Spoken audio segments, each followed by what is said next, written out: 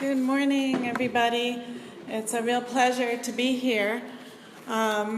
This is my second year co-hosting and organizing the conference, and I just wanted to say a few words of welcome and to talk a little bit about the conference theme. And also a little bit about the organization that is hosting us, the Institute for International Knowledge Management. I don't know if you've done any research about it before you came, but this is a group of young, intellectual, curious people who have begun an organization which is really a startup that is, its sole purpose is to organize conferences on really important cutting-edge themes in addition to women's studies, education, the environment and climate change, labor.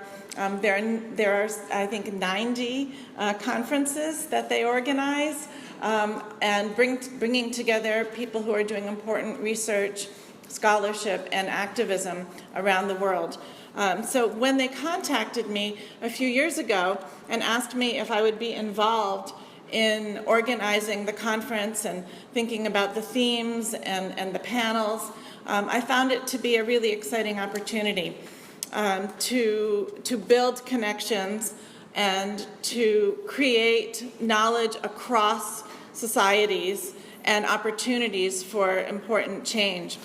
So I took up this second opportunity as well. And I think that one of the important things that has come out of last year's conference is the receptiveness to bring about some change in the conference venue itself. This conference venue is a collaboration in and of itself. We are practicing here the title of the conference theme. The feedback from last year encouraged more networking opportunities, a publication workshop, which we are including here, which I'm going to run potentially with Dr. Patricia Mohammed. I'm not sure if she is going to be with me. And a graduate student session, as well as an opportunity for you at the end of the conference to give feedback to have an impact on next year's conference. The Journal of International Women's Studies hosted a publication of the proceedings, of selected proceedings from last year's conference. And at the workshop, I will show you that special issue. Some of the articles in that special issue have been downloaded hundreds of times already. The open access online format facilitates global engagement with these issues. So we're hosting a new special issue at the end of this conference, which I'm going to talk about and share with you during the publication workshop. So I hope you'll come and we'll talk about how that will go and what our goals are for that issue. In addition, there will be a roundtable discussion that is going to be co-hosted by two other members of the conference, Professor Angelique Nixon and Professor Tina Escaja, and I look forward to working with them. The goal of that workshop is to think through strategies for bringing about transformation. All of us, I think, or many of us, are interested in how our research can be valuable and useful beyond publication, beyond talking about in a closed kind of conference forum, can actually bring about transformation. So we're going to talk about some of the challenges that people face in linking scholarship with activism and see if we can learn from one another some of the strategies that we've all developed over the course of our careers. The conference theme itself, building resilience, dialogue, collaboration, and partnerships across our differences, you may recognize as a theme that is absolutely current in feminist research today. For those of you who have studied the history of global feminism, you may be aware that in the 1970s in the United States, There was a proclamation that the second wave feminism emerging was in fact global feminism. Subsequently, however, women around the world rejected this notion and argued that the kinds of liberatory goals that predominantly white, middle class, mainly heterosexual women from the United States were proposing were not necessarily goals that were central to women in different parts of the world.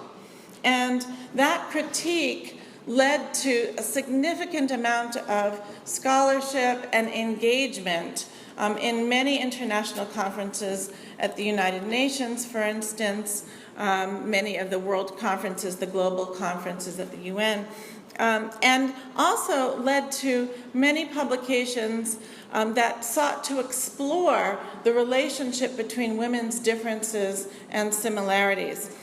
In 2003, Chandra Talpad Mohanty, the sociologist and feminist activist, wrote a really important book, which some of you may have read, Feminism Without Borders, Decolonizing Theory, Practicing Solidarity, in which she explored the relationship between lived experiences, life, and collective action, and the politics of difference and solidarity.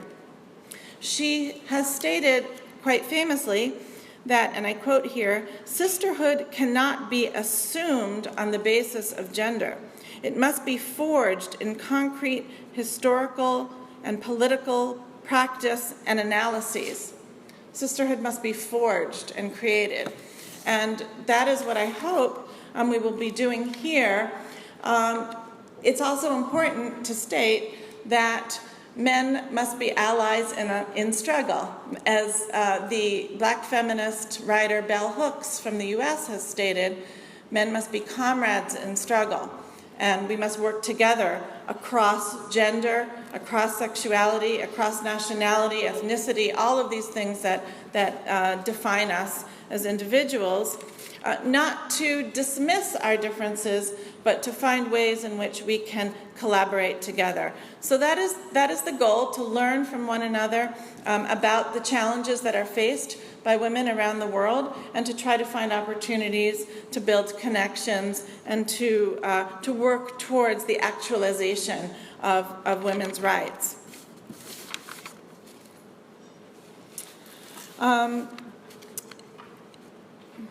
So,